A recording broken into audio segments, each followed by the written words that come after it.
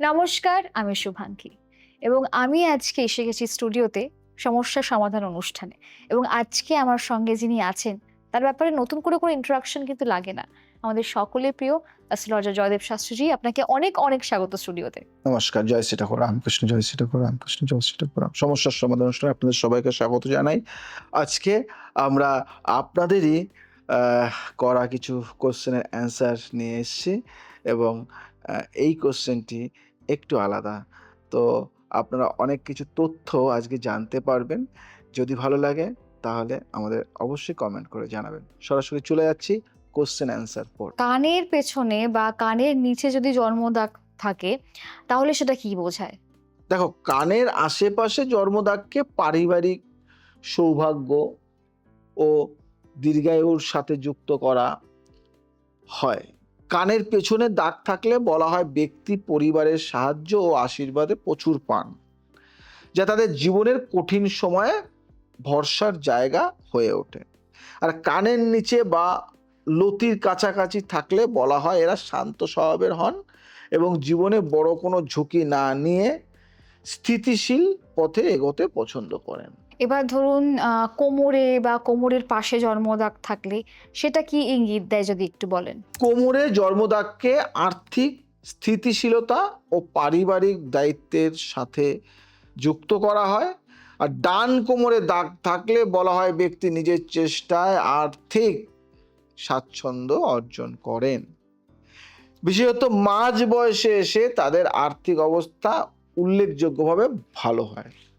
বাম কোমরে থাকলে বলা হয় পারিবারিক সম্পত্তি বা উত্তরাধিকার সূত্রে কিছু সুবিধা পাওয়ার সম্ভাবনা থাকে। আচ্ছা, এবার ধরুন যদি হাঁটুতে জন্মদাগ থাকে সেটা কি বোঝায়? হাঁটুতে জীবনের চলার পথ ও অগ্রগতির প্রতীক হিসেবে দেখা হয়। হাঁটুতে জন্মদাগ থাকলে বলা হয় ব্যক্তির জীবনে বেশ কয়েকবার বড় পরিবর্তন আসে, যেমন কর্মস্থল বদল, বসবাসের স্থান পরিবর্তন বা জীবনযাত্রার ধরন বদলানো।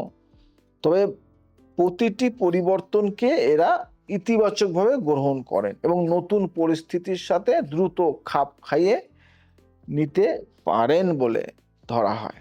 যাবো পরের প্রশ্নে। পায়ের যদি গোড়ালিতে বা পায়ের তলায় জন্মদাগ থাকে সেটার কি প্রভাব পড়ে? দেখো, পায়ের তলায় বা পায়ের তলার জন্মদাগ বা পায়ের তলার জন্মদাগকে ভ্রমণ ও কর্মজীবনের ব্যস্ততার সাথে যুক্ত করা হয়। পায়ের তলায় দাগ থাকলে বলা হয় ব্যক্তি জীবনে প্রচুর ভ্রমণ করেন, এমনকি বিদেশেও কাজ বা বসবাসের সুযোগ পেতে পারেন। গোড়ালিতে দাগ থাকলে বলা হয় এরা অত্যন্ত পরিশ্রমী এবং যে কোনো লক্ষ্য অর্জনের জন্য দীর্ঘ সময় ধরে চেষ্টা চালিয়ে যেতে পারেন, হাল ছাড়েন না সহজে। বুঝলে? এবার ধরুন গলার পেছনে বা ঘাড়ের নিচে যদি জন্মদাগ থাকে সেটা তাহলে কি বোঝায়? এই স্থানের জন্মদাগকে দায়িত্ববোধ ও নেতৃত্ব গুণের সাথে যুক্ত করা হয় বলা হয়।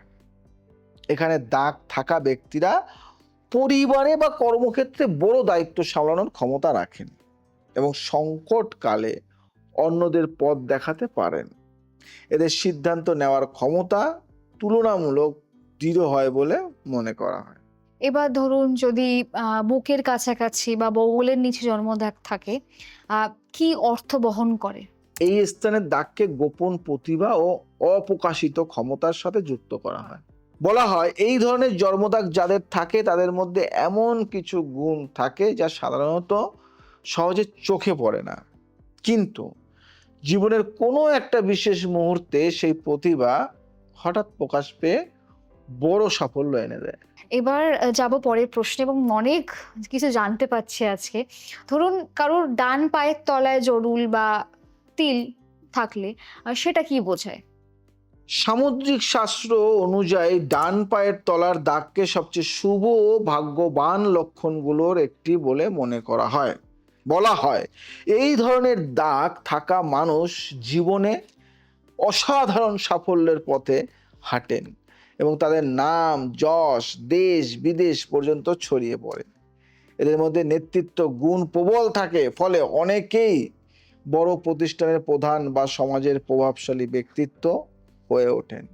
এছাড়া এই তত্ত্ব অনুযায়ী এদের আর্থিক অবস্থা ধীরে ধীরে কিন্তু স্থায়ীভাবে উন্নত হতে থাকে এবং জীবনে একটা পর্যায়ে গিয়ে তারা এমন অবস্থায় পৌঁছান যেখানে অনেক মানুষ তাদের উপর নির্ভরশীল থাকে। ভ্রমণ ও বিদেশ যাত্রার যোগও এই দাগের সাথে জোরালোভাবে যুক্ত করা হয়। এবার ধরুন কারোর বাম পায়ের তলায় জরুল বা তিল থাকলো, সেটা কি বোঝায়? বাম পায়ের তলার দাগকে একটু ভিন্নভাবে ব্যাখ্যা করা হয়।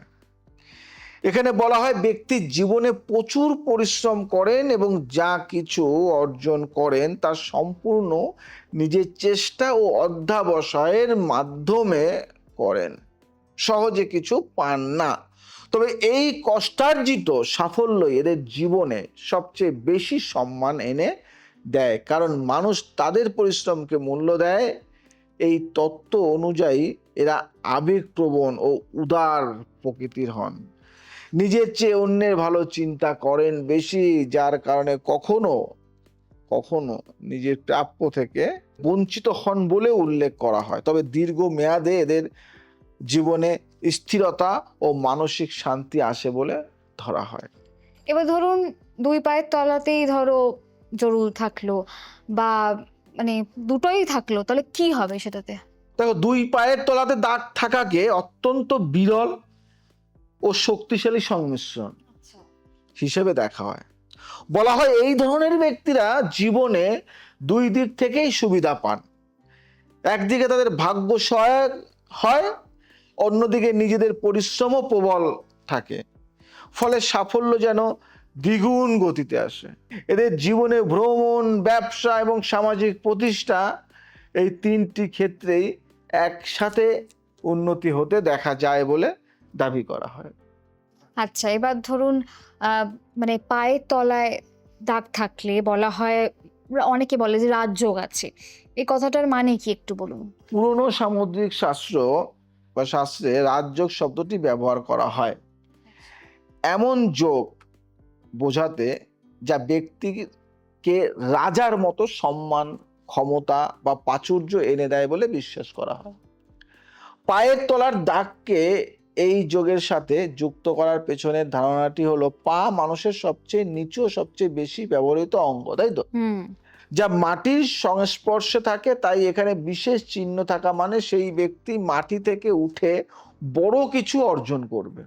আমি যে অনুযায়ী ব্যাখ্যা দিচ্ছি তোমাকে, এটি মূলত প্রতীকী ব্যাখ্যা, যার পেছনে কোনো বৈজ্ঞানিক ভিত্তি কিন্তু দেখতে পাই না আমি। তাহলে আজ আসি, আবার আসবো নতুন কিছু নিয়ে। ভালো থাকো, সুস্থ থাকো, সবাইকে ভালো রাখো। জয় শ্রী ঠাকুর রামকৃষ্ণ।